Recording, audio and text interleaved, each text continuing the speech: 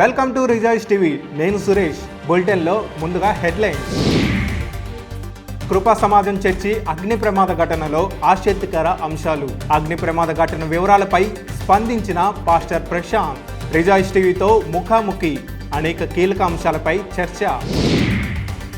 బాపట్ల జిల్లా పిట్లవానిపాలెం సేవకునిపై దాడి కేసును కొట్టివేసిన హైకోర్టు. తనపై దాడి చేసిన వారిపై చర్యలు లేవని, తనకు ప్రాణహాని ఉందని వాపోతున్న పాస్టర్ ఆనంద్ తరపున న్యాయ పోరాటానికి సిద్ధమంటున్న క్రైస్తవ నాయకులు. ఆంధ్రప్రదేశ్ పాస్టర్స్ ఫెడరేషన్ రాష్ట్ర స్థాయి సమావేశం. క్రైస్తవులపై జరుగుతున్న దాడులను అరికట్టేందుకు పలు అంశాలపై చర్చ. క్రైస్తవుల సమస్యలపై ప్రభుత్వానికి వినతి పత్రాన్ని సమర్పించిన ఆంధ్రప్రదేశ్ పాస్టర్స్ ఫెడరేషన్. స్పందించిన ఆంధ్రప్రదేశ్ గవర్నర్, డీజీపీ కార్యాలయానికి ఆదేశాలు. బాపట్ల జిల్లా రేపలలో ఐఆర్ఈఎఫ్ ఆధ్వర్యంలో సేవకుల సదస్సు. సేవకులను ప్రోత్సహిస్తూ ఈ సదస్సును నిర్వహించినట్లు బిషప్ రెబ్బా ఇమ్మానియల్ వెల్లడి. ఇక వార్తల్లోకి వెళ్తే, మే 31వ తేదీ మంగళగిరిలో కృపా సమాజం చర్చి అగ్ని ప్రమాద ఘటన యావత్ క్రైస్తవ సమాజాన్ని కలిచివేసింది. షార్ట్ సర్క్యూట్ కారణంగా ప్రమాదం సంభవించినట్లు ప్రాథమికంగా కేసును నమోదు చేయడం జరిగింది. ఘటన జరిగిన సమయంలో ప్రత్యక్షంగా చూసిన అనేక మంది పలు అనుమానాలను వ్యక్తపరచడం అనేక సందేహాలకు దారితీశాయి. ఇది ఇలా ఉండగా అసలు వాస్తవాలు ఏమిటి, నిజ నిజాలు తెలుసుకునే పనిలో రిజాయిస్ టీవీ ఒక అడుగు ముందుకు వేసింది. కృపా సమాజం వ్యవస్థాపకులైన సేవకులను కలిసి జరిగిన వాస్తవాలపై రిజాయిస్ టీవీ చర్చించింది. ఈ ఘటనకు సంబంధించి సోషల్ మీడియాలో వివిధ కథనాలు, ప్రజలలో ఉన్న అపోహలకు చెక్ పెట్టే దిశగా రిజాయిస్ టీవీ ఈ ముఖాముఖి కార్యక్రమాన్ని నిర్వహించడం జరిగింది. అన్యాయం జరిగినా కూడా క్రైస్తవుల మౌనానికి దేర్ ఆర్ మెనీ రీజన్స్. ఏదో ఒక విధానికి ఇన్ఫ్లుయెన్స్ అయ్యి భయపడి నిజాన్ని కప్పిపెట్టి మేనేజ్ చేస్తాం. అలాంటిది ఏమైనా ఉందా మీ దగ్గర? ఆ రోజు ఆల్మోస్ట్ నేనే ఫస్ట్ వచ్చాను. అఫ్కోర్స్ కొంతమంది ఉన్నారు, బట్ దాదాపు నేనే వచ్చాను. నన్ను ఇన్ఫ్లుయెన్స్ చేస్తున్న పర్సన్స్ అయితే ఎవరు లేరు. లోపలంతా టెక్నికల్గా హై స్టాండర్డ్స్ మెయింటైన్ చేసినప్పుడు సెక్యూరిటీ మెయింటైన్ చేస్తుంటారు కదా. నేను కూడా ఫోరెన్సిక్ రిపోర్ట్ కోసం ఎదురు చూస్తున్నాను వాస్తవానికి. ఎందుకంటే మీరు అన్నట్టుగా the equipment that we have used is exceptionally good. ఇప్పుడు సుమారుగా ఎన్ని అవర్స్లో ఇంత బర్నింగ్ జరిగింది? ఇక్కడ వాచ్మెన్ ఎవరు లేరు? వాచ్మెన్ ఫ్రంట్ గేట్ దగ్గర ఉన్నారు. మీరు వచ్చేసరికి బర్నింగ్ ఆల్మోస్ట్ అయిపోయిందా లేకపోతే లేదు, స్టార్ట్అప్ లో జస్ట్ పొగ వస్తుంది. వాస్తవానికి అయితే పొగ వస్తుంది. అది ఫ్రంట్ వైపు పొగ వస్తుందని ఫోన్ చేశాడు తను కూడా. వచ్చి ఇటు చూసేసరికి అంటే ఏదో ఆశ ఇంకేమైనా కాపాడగలమేమో. ఇటువైపు పరిగెత్తుకుంటూ వచ్చేసరికి అప్పటికి వెహికల్ ఒక హాఫ్ వే కొంచెం బర్న్ అయ్యి స్టార్ట్ అయ్యి ఉంది. సో అందుకే చాలా కన్ఫ్యూజన్గా ఉంది. ఇనీషియల్ ప్రిలిమినరీ స్టేట్మెంట్స్ అయితే మటుకు షార్ట్ సర్క్యూట్ అని మాతో అన్నారు. పక్కాగా ఏదో ఒక ఇన్ఫ్లుయెన్స్ ఉంటుంది మామూలుగా ఈ ఏరియాకి. ప్రజెంట్ ఉన్న సెనారియో మిస్ అరౌండింగ్ వాటి నుంచి ఎప్పుడైనా ఇన్ఫ్లుయెన్స్ అయ్యిందా? ఎటువంటి అన్న ఇబ్బంది కానీ లేకపోతే ఏదన్నా మీ మీద ఇంపాక్ట్ చేయటం కానీ అంటే ఎప్పుడన్నా గతం? ఎలాంటి థ్రెట్ కాల్స్ అయితే వాస్తవానికి రాలేదు, టు బి వెరీ ఆనెస్ట్. ఎప్పుడు రాలేదు. ప్లస్ కమ్యూనిటీలో నాన్నగారికి ఉన్న మంచి పేరుని బట్టి it's not about religion, it's about heart అని మమ్మల్ని ఈ సొసైటీలో మంగళగిరిలో యాక్సెప్ట్ చేసిన విధానం నిజంగా అభినందనీయం. ఈ రిపోర్ట్స్ ఎప్పుడు వస్తాయి అనుకుంటున్నారు? ఫైర్ పోలీస్ వాళ్ళు కాల్ చేశారు. సో దీంట్లో నాకు అర్థమైన దాన్ని బట్టి నాకు గుర్తుండి 7 డిపార్ట్మెంట్స్ ఇన్వాల్వ్ అయి ఉన్నాయి. బేసిక్ ఇన్ఫర్మేషన్ రావాలంటే అట్లీస్ట్ 10 days పట్టొచ్చేమో. Nobody said, but yeah. ఇప్పుడు చాలా మంది సేవకులు మీ దగ్గరికి వస్తున్నారు కదా, జస్ట్ పరామర్శిస్తున్నారా, మేము మీతో పాటు నిలబడతామని మాట్లాడుతున్నాం? వచ్చిన each and every pastor is saying we are with you. So I'm feeling really happy on that terms. I'm really sad. చాలా బాధగా ఉంది, కష్టంగా ఉంది, జీర్ణించుకోవడానికి ఇబ్బందిగా ఉంది. But I definitely and strongly feel God has something above and beyond to bring some kind of the real oneness in terms of church. ఇదే ప్లేస్లో మళ్ళీ ఇంకా అద్భుతంగా చర్చ్ త్వరలో పెడతారు మళ్ళీ. For sure. అందరం కాలిపోయింది. Just a materialistic thing. It's not easy to say that word, but for the very first time I spoke those 3 words. I know a lot of people are calling me on that. 3 మాటల గురించి call చేశారు. ఈ 3 పదాలు నేను పుట్టించినవి కాదు, నేను సృష్టించినవి కాదు. నా సమస్యలో నా రెస్పాన్స్ని ప్రజలు గౌరవించారు. సుమారుగా 6-7 కోట్ల రూపాయలు ఇన్వెస్ట్ చేశారు చర్చ్ కన్స్ట్రక్షన్ కానీ ఎక్విప్మెంట్ కానీ అని చెప్పన్నారు. అది వాస్తవాలేనా? అట్లా అనుకోవడానికి లేదు, but it's definitely a big number. మీకు ఓన్లీ చర్చ్ మినిస్ట్రీయే మీకున్న ప్రాజెక్ట్, మీ విజనేనా? ఇంకా దీంతో పాటు ఏమైనా ఉన్నాయా? మళ్ళీ మీరు సర్వైవ్ అవటానికి ఇప్పుడు అంత ఈజీ నెంబర్ కాదు కదా. I think this is the time. చాలామంది కడపటి మందిరం కన్నా రాబోయేది మహిమ గలది, అయిపోయిన దానికన్నా ముందు ఉండబోయేది ఘనమైంది వాళ్ళు చెప్తున్నా. అంటే ఐ బీన్ కంటెంప్లేటింగ్, దీంట్లో ఆలోచిస్తున్నప్పుడు నాకు అనిపించిన ప్రత్యక్షత అయితే రెండింతలు అనేది ఇట్స్ నాట్ మెటీరియల్, వస్తు రూపంలో అయితే కాదు. I can strongly believe, I'm strongly believing that it's మా చర్చ్ స్టాండ్. ఇది ఒక చాలా పెయిన్ఫుల్ థింగ్. హ్యూజ్ గ్యాదరింగ్ ఉన్న చర్చెస్ ఉన్నాయి. ఈరోజు మీరు ఫేస్ చేసిన దాన్ని బట్టి వాళ్ళకి ఏమైనా సలహా ఇవ్వగలుగుతారా?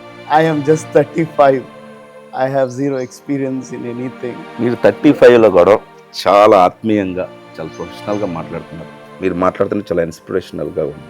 ఇలాంటి సందర్భాలు ఈ ప్రశ్న అడగొచ్చో లేదో నాకు తెలియదు, కానీ అడిగేస్తా. ఈ టైంలో కొంతమంది పాస్టర్స్ మీకు అసోసియేట్గా ఉన్నవాళ్ళు కానీ, మీకు క్లోజ్ ఉన్నవాళ్ళు కానీ, వాళ్ళు మీకు కొంత ఈ చర్చ్ రీకన్స్ట్రక్షన్కి వాళ్ళు సపోర్ట్ చేస్తే బాగుంటుంది, అలాంటిది ఏదన్నా ఉందా? చేస్తే మంచిదా, లేకపోతే అలాంటి పరిస్థితులు వద్దా? ఫండ్ రైజింగ్ సంబంధించిన ఒక వీడియో చూసారేమో? ఎస్, చూశారు. నేను ఫండ్ రైజింగ్ అట్లా, అది ఇండివిజువల్ వ్యక్తులు. మనం అలాంటి పరిస్థితికి దేవుడు మనల్ని దిగజారిన పరిస్థితుల్లో ఎప్పుడు అంటే దాని బేస్ చెప్తాను. నాకు ఆ వీడియో చేయడానికి రీజన్ ఉంది. మా పిల్లలు వచ్చి అన్న ఎక్కడో ఫోన్ చేశారు, ఇట్లా ఎవరో మన పేరు మీద ఫండ్ రైజ్ చేస్తున్నారంట, మీరు మా యూట్యూబ్ ఛానల్ వెనక్కి వెళ్ళి చూస్తే కనపడదు, ఎక్కడ ఫండింగ్ కానీ దేని గురించి లేదు. మీరు చూశారు కాబట్టి వచ్చారు. That's a secondary thing. This is not our standard అని కలిగింది. సో వెంటనే చెప్పాము. బట్ నిజంగా చెప్పాలంటే చాలామంది పాస్టర్స్ వచ్చారు, కొంతమంది వాళ్ళు అనుకున్నది చేశారు వాస్తవానికి already. Okay, it's not about number, it's about heart. ఇవన్నీ చూసే మీ దగ్గరికి వచ్చింది. మేము కూడా కొన్ని బౌండరీస్ మధ్యలోనే ఈ రీజాయిస్ ప్రాజెక్ట్ అనేది ప్రజల్లోకి తీసుకొస్తున్నాం. ఇలాంటిది జరిగినప్పుడు మనందరం ఒక మాట మీదకి వస్తే బాగుంటుందిగా. నేను రీజాయిస్ మా ఛానల్ నుంచి ఏదన్నా ఒక పిలుపు ఇవ్వచ్చు అంటే ఫండ్ రేస్, ఇండివిజువల్ ఫండింగ్ కాదు. సో అలాంటిది ఏదైనా ఉందా అన్న దానిలో అడిగాను తప్ప అసలు దీంట్లో కాంట్రవర్సీస్ ఏం లేవు. ఆ వీడియో చూసి ఏదో సంథింగ్ జరిగింది అన్నది అర్థమైంది. మీ వీడియో చూసినప్పుడు మా పేరు మీద ఏమీ లేవు, ఫండ్ కలెక్షన్స్ లేవు, అలాంటివి చేయకూడదు కూడా. నేనేమంటానంటే ఒక 4-5 మంచి ఆర్గనైజేషన్స్ కొంతమంది మీకు సపోర్ట్ అయితే అది బలం కూడా ఎకనామికల్గా. సపోర్ట్ లేకుండా మేము ఇప్పటిదాకా ఏం చేయలేదు. ఎస్, ఈరోజు ఈ పెయిన్ వల్ల మీరు చేస్తున్న రీచింగ్ లేదా ఇప్పుడు మీకున్న commitment compare to before this incident, after, రెండు చాలా వేరియేషన్ ఉంటుంది. ఓ ప్రణాళిక పరంగానే ఇది మీ జీవితాల్లో జరిగిందేమో అనిపిస్తుంది మీ మాటలను బట్టి. It's a painful process, but gold purify అవ్వాలన్నా పెయిన్తోనే వెళ్ళాలి. You name it, there is nothing free on this planet. నేను అది నమ్ముతాను. ఫ్రీగా వచ్చేది it is not pure. So అయితే మళ్ళీ చర్చ్ కూడా ఇక్కడే రీకన్స్ట్రక్షన్ చేస్తాం, డౌట్ లేదు దాంట్లో. నో డౌట్, అంతేగా? No doubt. ఎట్లాంటి ఇన్ఫ్లుయెన్స్ అయినా కూడా మనం భయపడం. No way. ఒకవేళ ఉంటే నేను ఆ అంటే రోజు ఓపెన్ గా ఎందుకు మాట్లాడాను, రూమర్స్ ఉన్నాయి కాబట్టి. Okay okay. సో స్టార్టింగ్ కూడా అదే అడిగాను. సో బేసిక్ గా నేను అంటుంది, నేను ఆ రోజు ఇక్కడే నిలబడ్డాను, ఇక్కడే చెప్పాను. The building totally came down. అంటే జీరో పిన్ కూడా రికవర్ అవ్వలేదు ఇందులో. సో ఆబ్వియస్లీ గ్రౌండ్ జీరోలో నుంచి గుంటలు తవ్విన దగ్గర నుంచి బొచ్చి పట్టుకున్నామా, మట్టిలో పుర్లామా, కూర్చున్నామా, ఇక్కడే తిన్నామా, ఇక్కడే పడుకున్నామా, ఐ వాజ్ దేర్. నేను just I'm not a pulpit person. So ఇక్కడ ఉండి ఆ పెయిన్ తెలిసి నేను ఆ మాటలు అన్నాను. So I strongly no building అక్కర్లేదు. మీరు నా ప్రొఫైల్ పిక్చర్ నా వాట్సాప్లో చూస్తే that was my commitment. It just came down. అంటే ఈ ప్రశ్న నేను అడిగింది స్పిరిచువల్ దానికి లింక్ పెట్టి కాదు. అంటే కొంతమంది ఇప్పుడు అదే నేను వస్తున్నాను. ఎక్కడికి వస్తున్నా అంటే స్పిరిచువల్ లింకే కాదు. Church is you and I, not building. మేము ఫస్ట్ నుంచి అది నమ్ముతాం. నిన్న సండే జరిగిన వర్షిప్ కూడా జీరో ఇన్ఫ్లుయెన్స్. కొద్దిమంది ఏదో కామెంట్ చేశారని విన్నాను, నా దృష్టికి వచ్చాయి, కానీ నాకు అంత టైం తీసుకునే ఓపిక లేదు. సరే, అడిగే క్వశ్చన్ మార్చి అడుగుతా. ఏదేమైనా సర్వీస్, సండే సర్వీసులు కానీ మన ప్రార్థన పరిచయలు ఇక్కడి నుంచే నడుస్తాయి, అంతే కదా? If I could do it on the next day of the incident, I'm doing it for ever, as long as అది అడగబోయి. ఓకే, అందుకే ప్రశ్న మార్చాను. అదే నేను కూడా చర్చ్ బిల్డింగ్ గురించి అదే మాట్లాడతాను. అంటే మీరు మీడియా కాబట్టి మీకు కూడా ఒక చిన్న క్లారిటీ మీ ద్వారా వెళ్తుందేమో. మొన్న సండే రోజు చాలా కాదు, వెరీ మినిమల్గా వచ్చిన ఆ కమెంట్స్ గురించి ఏదో నాన్నగారి గొడుగు పెట్టుకున్నారని చాలా మంది అఫెండ్ అయ్యారు. సో దాని గురించి నేను ఎవరికి ఎక్స్ప్లెయిన్ చేయాలి మాట్లాడక్కర్లా. ఇగ్నోర్ థింగ్స్ అంటే మనం మంచి చేసినా ఏమి చేసినా కొన్ని నెగిటివ్ కామెంట్స్ వస్తానే ఉంటాయి నిరంతరం. అంతే, అది మనకు కాదు, మనకు పాజిటివ్ తీసుకుందాం అంటారు. మాస్టర్ గారు టెంట్ వేయచ్చు కదా అంటే, we put our heart and soul to build a central AC church. Do you think we're going to put our people in this hot temperature? I mean, వాళ్ళ గురించి బాధపడట్లేదు, but we love our people because they love us. Body గార్డులను పెట్టుకోలేదు, గొడుగే పెట్టావు. Body guard అంటే మామూలుగా అంటున్నా, అంటే మాట్లాడిన పోల్ సబ్జెక్ట్స్ గొడుగే పెట్టాం, పెద్ద ఆయన కాబట్టి పెట్టాం అంతవరకు. అంత హెవీ ఐడెంటిటీ చెక్ చేశారు, అవి కూడా ఎలా బర్న్ అయిపోయింది కదా, చాలా డౌట్గానే ఉంది. మేము కూడా అంటే ముందు పోలీస్ ఇన్వెస్టిగేషన్ అయిపోవాలి, ఆ తర్వాత మా ఇంజనీర్ గారితో మాట్లాడి మనం చేసిన దాంట్లో ఏమైనా ఫ్లాస్ ఉన్నాయా అవి పక్కన పెడితే బయట సీసీ క్యామ్ ఫుటేజ్, అంటే సీసీ క్యామ్స్ కూడా కాలిపోయి ఉంటాయి లోపల. మేము ఆ పాయింట్ ఆఫ్ వ్యూలో అసలు లేము. I wanted to have, I mean ఈ క్యాంపస్ది ఇంకొక చోట ఐపీతో బేస్ అయ్యి సేవ్ అయ్యేలాగా నెక్స్ట్ స్టెప్. అంటే జస్ట్ అవేర్నెస్ కోసం. ఎందుకోసం అంటే మనం కూడా ఏంటి అక్కడ ఒకటి పెట్టాం, ఇటు ఒకటి పెట్టాం అని రఫ్గా చూస్తాం, కానీ డీటెయిలింగ్గా కొంత ఉన్నప్పుడు ఇందాక అడిగాను చూడండి, ఎవరికైనా సలహా ఇస్తారని, ఇలాంటి కోసం అడిగింది. సలహా అయితే ఫస్ట్ విశ్వాసులు మీ కాపురి కోసం ప్రార్థన చేయండి, మీ సంఘం కోసం ప్రార్థన చేయండి. అది చాలా తెలుగుగా మాట్లాడుతున్నారు. అయ్యో లేదు తెలుగుగా మాట్లాడట్లేదు. I'm not a complicated person. నేను నాన్నగారు ఎప్పుడు కాంప్లికేషన్స్ లోకి వెళ్ళలేదు, నేను వెళ్ళను కూడా దేవుడి దయ వల్ల. బట్ సేఫ్టీ మెజర్స్ మటుకు తీసుకోవటం 100% హైలీ రికమెండబుల్. ఆ వ్యాన్ అప్పుడు ఆ రోజు ఇక్కడే ఉంది కదా, ఇక్కడ షట్టర్లు వేసే ఉన్నాయా? షట్టర్లు వేసి ఉండగా మెయిన్ ఫైరింగ్ అన్నది లోపల అయితే, ఇది కూడా ఇట్లా అంటుకుపోయి దీని వరకు ఎలా వచ్చిందంటారు? మీరు గెస్ట్ చేయలేదేమి? అంటే నేను ఏం ప్రిపేర్డ్గా రాలా, ఇప్పుడు కూర్చొని మాట్లాడుతుంటే కొంత మరి ఇది మూసుంది, పైన ఒకటి రేకులు కాలింది, కింద మళ్ళీ షట్టర్ ఇక్కడ బర్న్ అవ్వలేదు వెనక వైపు, ఈ వెహికల్ ఎలా కాలేదు? దాని దగ్గర అయితే నిజంగా నా దగ్గర ఆన్సర్ లేదు. నేను అనుకున్నాను, as any person who can view from different point, ఇక్కడికి వచ్చి నుంచోగానే ఫస్ట్ అడుగుతున్న ప్రశ్న అదే. ఆ క్వశ్చన్ నాకు కూడా వచ్చింది, అందుకే నేను నిజంగా ఈగర్గా వెయిట్ చేస్తున్నాను ఎఫ్ఎస్ఎల్ రిపోర్ట్ కానీ ఇవన్నీ ఎలా రాబోతున్నాయని. ప్రతిదానికి మనకు కూడా ఒక ఐడియాలజీ ఉంటుంది, దాని గురించి వాళ్ళు ఇచ్చిందే తీసుకుందాం అనుకుంటున్నారా, లేకపోతే మన ప్రపోజల్స్ ఏమన్నా?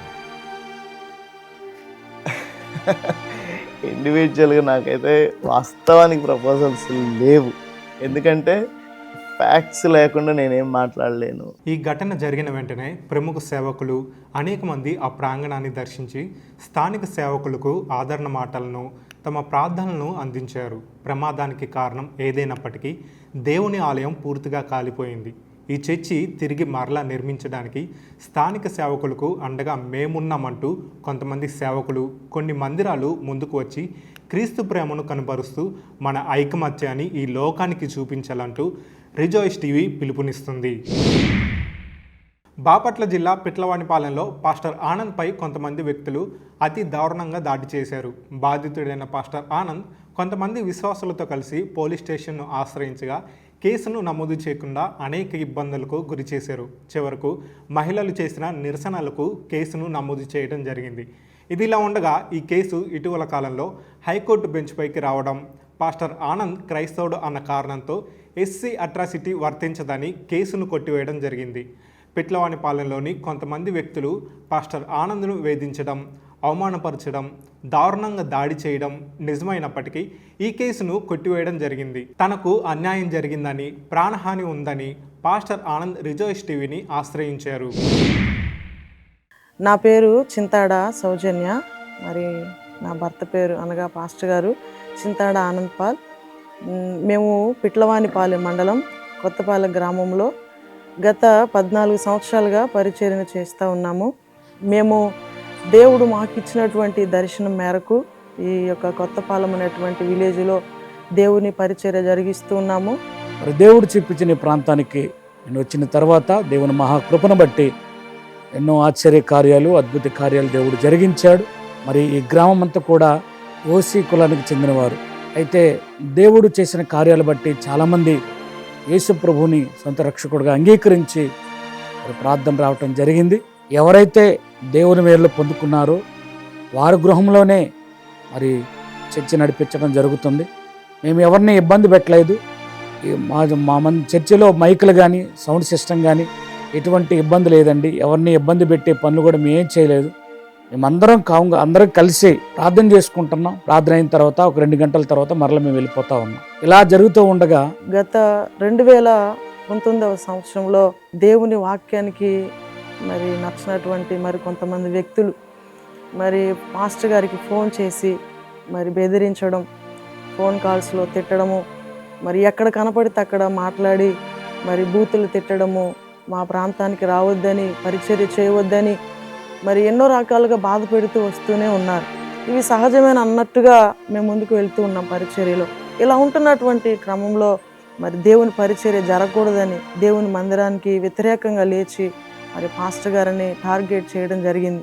ఆ రోజు ఆదివారం నేను చర్చిలో వాక్యం చెబుతూ ఉంటే మరి గ్రామ పెద్దగారు ఒక వ్యక్తి వచ్చి నన్ను బయటికి పిలవటం జరిగింది. ఇప్పటికి నాకు డౌట్ వచ్చింది, పిలుస్తున్నారు ఎందుకో అని డౌట్ మీద బయటకు వచ్చినప్పుడు ఇంకా రావటం బయటికి ఇష్టానుసారంగా గట్టిగా కొట్టడం జరిగింది. కొడుతున్నప్పుడు నేను కూడా ఉన్నాను, మేమేమి మాట్లాడలేదు. మరి అదే సమయంలో ప్రార్థనకు వస్తున్నటువంటి కొంతమంది వ్యక్తులు పరుగున వచ్చి పాస్టర్ గారిని ఎందుకు మీరు కొడుతున్నారు, ఆయన ఏం తప్పు చేశారు అని చెప్పేసి వాళ్ళు అడుగుతుంటే వాళ్ళను కూడా మరి బూతులు తిట్టడము, వారికి నచ్చినటువంటి భాషలో వారిని తిట్టడం జరిగింది. పాస్టర్ గారు అయితే కొట్టిన తర్వాత ఎందుకయ్యా మీరు కొడుతున్నారని అంటే, అసలు మేము ఈ ఊరు రావద్దని చెప్తుంటే నువ్వు ఎక్కడ వాడువో, ఎక్కడి నుండి వచ్చావు, మేము ఎన్నో రకాలుగా నీకు చెప్తున్నా, నువ్వు మా మాట వినట్లేదు అని చెప్పేసి బెదిరించి వాళ్ళకి నచ్చిన భాషలో బూతులు తిట్టడం జరిగింది. నన్ను కొట్టిన తర్వాత కొంతమంది క్రైస్తవ నాయకులు, నన్ను ప్రేమించే వారు మరి మనం కేసు పెడదామనేటప్పుడు వారు దేవుని ఎరగని వారు కదా, దేవుని ప్రేమ వారికి ఎలాగైనా తెలియాలి. ఇక్కడ ప్రార్థనకు వచ్చే వాళ్ళు కూడా గతంలో దేవుని ఎరగని వాళ్ళే, వాళ్ళు కూడా ఏదో ఒక రోజు దేవుని ప్రేమను తెలుసుకొని వాళ్ళకు పశ్చాత్తాపం కలుగుతుందని దేవుని ప్రేమను బట్టి నేను కేసు పెట్టడం జరగలేదండి. మళ్ళీ ఏమనుకున్నారో తెలీదు. ఊర్లో అయితే మరి సంఘం అడుగుతుంది, ఊర్లో కొంతమంది అడుగుతున్నారు. ఇలా కాదు, ఊరు బయట చేయాలన్నటువంటి ఆలోచనతో కొంతమంది ఆదివారము ప్రార్థన ముగించుకొని మరి పాస్టర్ గారు, ఒక పెద్ద ఆవిడ ఉంటారు, ఆవిడ చెరువుల దగ్గర ఉంటుంది ఆవిడ, అయ్యా నన్ను కొంచెం ఇంటి దగ్గర నడవలేకపోతున్న వదిలిపెట్టాయి అంటే దేవుని ప్రేమను బట్టి ఆవిడ బండి మీద ఎక్కించుకొని నేను వెళ్తూ ఉన్నప్పుడు ఆ రోడ్డు మధ్యలో ఒక వ్యక్తి వచ్చి నన్ను ఆపడం జరిగింది. అప్పటికే కొంతమంది గుమికూడారు. నాకు అప్పుడు అర్థమైంది వీళ్ళు నన్ను ఏదో చేయడానికి వచ్చారని. బండి ఆపి నా తాళం తీసుకొని నా ఫోన్ లాక్కున్నారు, ఇష్టానుసారం కొడతా ఉన్నారు. నాకు 2 చిన్న పిల్లలు అనమాట. ఆ టైంలో మేము నడుచుకుంటూ వెళ్తా ఉన్నాము. దాదాపు ఒక 30-40 మంది దాకా ఉంటారు. మరి ఆ బండి మీద ఎక్కినట్టు నా పెద్దవాడిని కూడా ఆవిడ చూసి చాలా భయపడింది. పెద్దావిడ తల్లిగారు వారికి దండం పెట్టి, అయ్యా పాస్టర్ గారిని ఏం అనొద్దయ్యా, ఆయన ఏం చేయలేదయ్యా, ఆయన దేవుని సేవకుడయ్యా, ఆయన మీ కొరకు ప్రార్థన చేస్తాడయ్యా, ఆయన మంచి కోరుకుంటాడయ్యా, ఆయన అందరూ క్షేమంగా ఉండాలని చేస్తాడయ్యా, ఆయన ఏం అనొద్దని భయంతో వణికిపోతా ఉంది. మేము నడుచుకుంటూ వస్తున్నాం, మాకు కనపడిద్ది. వెళ్ళి చూసేసరికి పాస్టర్ గారిని కొడతా ఉన్నారు.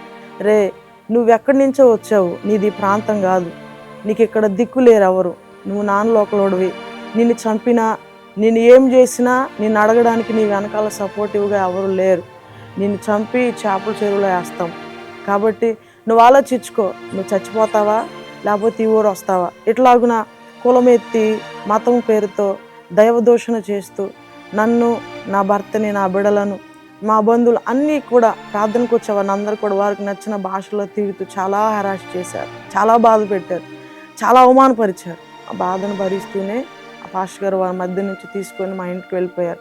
ఇట్లా వదిలేస్తే ఖచ్చితంగా పాస్టర్ గారికి ఏదైనా హాని జరుగుతుంది, మనం ఏం చేద్దామనే ఆలోచనతో అందరూ నాయకులు, కొంతమంది ఫెలోషిప్లు, పాస్టర్లు అందరూ కలిసి పోలీస్ స్టేషన్కి వెళ్ళాం. నేను రాసి కంప్లైంట్ ఇస్తే అప్పుడు ఉన్నటువంటి ఎస్ఐ మణికృష్ణ నా కంప్లైంట్ తీసుకోకుండా నా ముఖం మీదకి ఇసిరి పడేశాడు.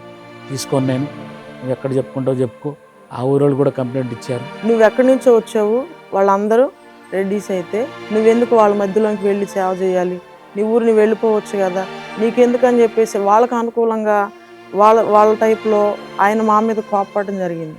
గట్టిగా పట్టుబట్టి పోలీస్ స్టేషన్లో కూర్చొని నాయకులు కలిసి కూర్చున్నప్పుడు ఒకరోజు రాత్రి 12 గంటలకు మా ఎఫ్ఐఆర్ చేశారు. నన్ను కొట్టారు, నన్ను ఇలా దూషించారని కంప్లైంట్ ఇస్తే అది ఎస్సీ ఎస్టీ అట్రాసిటీగా పోలీసులు నమోదు చేశారు.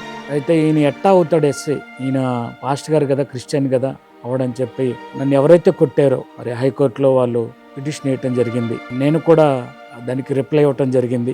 నా తల్లిదండ్రులు పూర్వీకులు వచ్చినటువంటి నా కుల ధృవీకరణ పత్రం, తర్వాత నా యొక్క సర్టిఫికెట్లు కూడా నేను ఇచ్చాను. ఒక 3-4 సార్లు వెళ్ళాం మేము.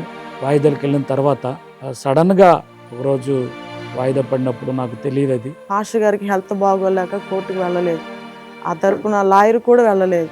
మరి సడన్గా మీ కేసు ఇట్లాగా అట్రాసిటీ చల్లదని చెప్పేసి మరి వాళ్ళకి అనుకూలంగా తీర్పు ఇవ్వడం మాకు చాలా బాధ వేసింది. మేమేం ఆశించామంటే మేము ఈ 5 సంవత్సరాలుగా చాలా బాధపడ్డాం. కనీసం న్యాయస్థానంలోనైనా న్యాయం జరిగిద్దని అంటే అక్కడ కూడా మాకు న్యాయం జరగలేదు. వాళ్ళకి అనుకూలంగానే తీర్పు ఇచ్చారు. బాధేసింది.